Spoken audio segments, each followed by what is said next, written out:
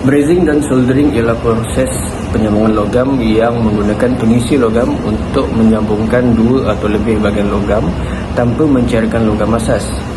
Perbezaan antara kedua-dua proses ini ialah dari segi suhu lebur pengisi logam. Bagi brazing, pengisi logam mencair pada suhu 450 darjah Celsius ke atas. Sambungan yang terhasil akan lebih kuat dan sesuai untuk kerja berat. Manakala bagi soldering pula, logam pengisi akan mencair pada suhu 450 darjah Celsius ke bawah. Proses ini sesuai untuk kerja halus seperti komponen elektrik dan elektronik. Seterusnya ialah tujuan proses penyambungan. Tujuan proses penyambungan ialah proses untuk menghasilkan bahagian logam yang kekal dan tahan di antara logam dalam aplikasi kejuruteraan dan industri. Kelebihannya ialah menghasilkan penyambungan yang tidak bocor, mengurangkan kos pembuatan, mengurangkan penggunaan bahan dan memberi keselamatan kepada pekerja semasa kegunaannya. Seterusnya ialah prinsip kerja. Brazing dan soldering memerlukan 4 elemen asas. Yang pertama ialah sumber haba, yang kedua ialah logam pengisi, dan yang ketiga ialah logam asas, dan yang keempat adalah flux. Cara proses berlaku, yang pertama, sumber haba memanaskan kawasan sambungan. Yang kedua pula, logam pengisi mencair manakala logam asas kekal pepejal. Yang keempat, logam pengisi yang cair mengalir ke dalam celah sambungan melalui tindakan kapilari. Dan yang terakhir, apabila sejuk, ia membentuk sambungan yang kuat dan kukuh antara bahagian logam. Peralatan yang digunakan untuk kedua-dua proses ini, bagi brazing menggunakan obor, menggunakan flux, menggunakan rod brazing dan menggunakan sarung tangan keselamatan. Manakala bagi soldering, dia menggunakan sesi pemateri, menggunakan wayar bateri, menggunakan flux dan menggunakan cermin mata keselamatan.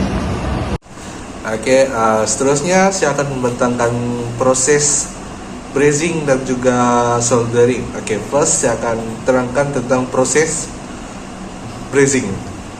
Proses brazing dan soldering bermula dengan penyediaan permukaan di mana permukaan logam dibersihkan untuk menyingkirkan kotoran minyak dan oksida.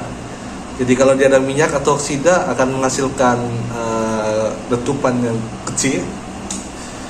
Jadi kita perlu kasih bersih dulu. Oke, seterusnya flux disapukan untuk menghilangkan pengoksidaan serta meningkatkan aliran logam pengisi. Sambungan kemudian dipanaskan sehingga mencapai suhu yang diperlukan sebelum logam pengisi digunakan.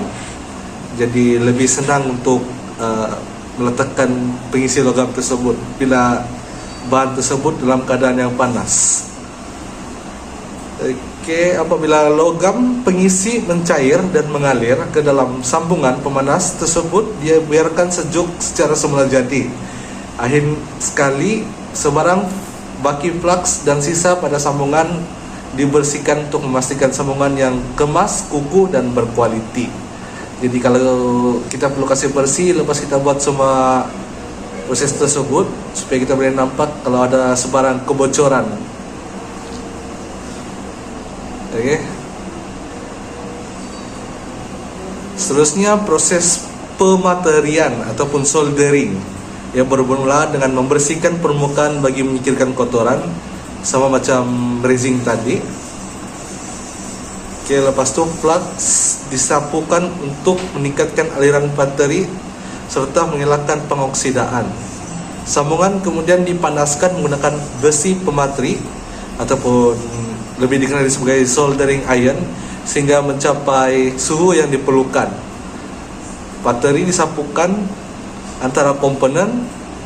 Sambungan tersebut dibiarkan sejuk secara semula jadi dan langkah terakhir ialah melakukan pemeriksaan bagi memastikan sambungan bateri adalah kukuh, kemas serta bebas dari sebarang kecacatan. Okey, seterusnya saya akan membentangkan tentang dua jenis brazing ataupun two type of brazing. Oke, brazing ada dua jenis. Satu furnace brazing, satu lagi torch brazing. Oke, torch brazing ialah proses brazing yang menggunakan obor gas ataupun gas torch untuk memanaskan kawasan sambungan dan mencairkan logam pengisi. Kaedah ini digunakan secara meluas dalam kerja-kerja penyelenggaraan, perbaikan dan penyambungan pipe karena proses yang mudah dibawa ke pelbagai lokasi serta menjimatkan kos. Selain itu, torch brazing mampu menghasilkan sambungan yang kuat, berkualiti dengan peralatan yang relatif ringkas. Jadi, torch brazing ini sering digunakan apabila untuk menutup lubang pada copper pipe yang ada dalam sistem penyejukan. Oke, seterusnya adalah furnace brazing. Furnace brazing ialah proses brazing di mana keseluruhan pemasangan dipanaskan di dalam relau atau furnace di bawah keadaan yang terkawal. Kaedah ini biasanya digunakan dalam pengeluaran berskala besar karena ia memberikan pemanasan yang seragam, menghasilkan sambungan yang berkualiti tinggi dan membalikan banyak komponen bateri keras ataupun brazen secara serentak. Selain itu, furnace brazing dapat meningkatkan kecekapan pengeluaran serta memastikan kualiti sambungan yang konsisten. Oke, sekarang saya akan memberikan penerangan tentang type of soldering. So, macam brazing tadi, soldering juga mempunyai dua type, yaitu hard soldering dan soft soldering. Oke. Soft soldering ialah proses pematerian yang menggunakan logam pengisi dengan suhu lebur di bawah 450 derajat Celcius. Ia biasanya digunakan dalam pelbagai aplikasi elektrik dan elektronik karena ia menyediakan kekonduksian yang lebih baik dan sesuai untuk komponen yang halus. Oke, untuk hard soldering pula ia menggunakan logam pengisi dengan suhu lebur yang lebih tinggi, menghasilkan sambungan yang lebih kuat berbanding pematerian lembut ataupun soft soldering. Ia sering digunakan dalam kerja logam, kerja pipe, plumbing dan aplikasi yang memerlukan kekuatan mekanikal serta ketahanan yang lebih tinggi. Oke, jadi membedakan dia adalah hard soldering untuk lebih kuat. Oke, seterusnya saya akan menerangkan tentang disadvantage dan advantage ataupun pros con bagi kedua metode, yaitu brazing dan juga soldering. Oke, brazing menawarkan beberapa kelebihan termasuk keupayaan untuk menghasilkan sambungan yang kuat dan tahan lama, menyambungkan logam yang berbeza serta mencipta sambungan kalis bocor untuk pipe dan bekas. Ia digunakan secara meluas dalam aplikasi industri karena kebolehpercayaan dan kepelbagaian fungsinya. Walau bagaimanapun, brazing juga mempunyai beberapa kekurangan. Proses ini memerlukan suhu yang lebih tinggi berbanding soldering, yang mana meningkatkan penggunaan tenaga dan keperluan peralatan. Di samping itu, bahan dan peralatan yang digunakan dalam proses peluburan ganggan ataupun brazing boleh menyebabkan kos keseluruhan yang lebih tinggi. Oke, seterusnya soldering. Soldering merupakan proses penyambungan logam yang populer karena ia ringkas, murah dan mudah untuk dilakukan. Ia memerlukan suhu yang lebih rendah berbanding proses peluburan ganggan ataupun brazing, yang mana dapat mengurangkan penggunaan tenaga dan kos peralatan. Soldering digunakan secara meluas dalam aplikasi elektrik dan elektronik karena kecekapan dan kemudahannya. Walau bagaimanapun, sambungan yang disolder atau dipatri secara amnya memiliki kekuatan mekanikal yang lebih rendah dan rintangan haba yang lebih rendah berbanding dengan brazing. Kesannya, soldering tidak sesuai untuk aplikasi yang melibatkan beban berat dan suhu tinggi ataupun keadaan operasi yang ekstrim. Sekian saja dari saya. Itu perbedaan di antara brazing dan juga soldering. Sekarang kita akan beralih kepada industrial application. Saya akan membentangkan industri dalam brazing dan soldering. Oke. Brazing dan soldering ialah proses penyambungan logam yang banyak digunakan dalam industri. Seperti yang kita tahu, dia digunakan dalam komponen-komponen kecil yang melibatkan elektronik dan elektrik. Ya. Bagi brazing, ia digunakan dalam radiator kereta, sistem penghawa dingin, serta sambungan pipe, karena ia akan menghasilkan sambungan yang kuat dan tidak mudah bocor. Bagi soldering pula, ia digunakan dalam pemasangan PVC untuk menyambungkan komponen elektronik dengan pengaliran elektrik yang baik. Sebagai kesimpulan, kedua-dua proses ini penting dalam industri karena cekap, tahan lama, dan menjimatkan kos. Sekarang kita akan beralih kepada comparison between brazing and soldering. Perbandingan antara brazing dan soldering. Di sini kita boleh tengok jadwal perbandingan antara brazing dan soldering. Jadwal ini menunjukkan perbezaan utama antara brazing dan soldering.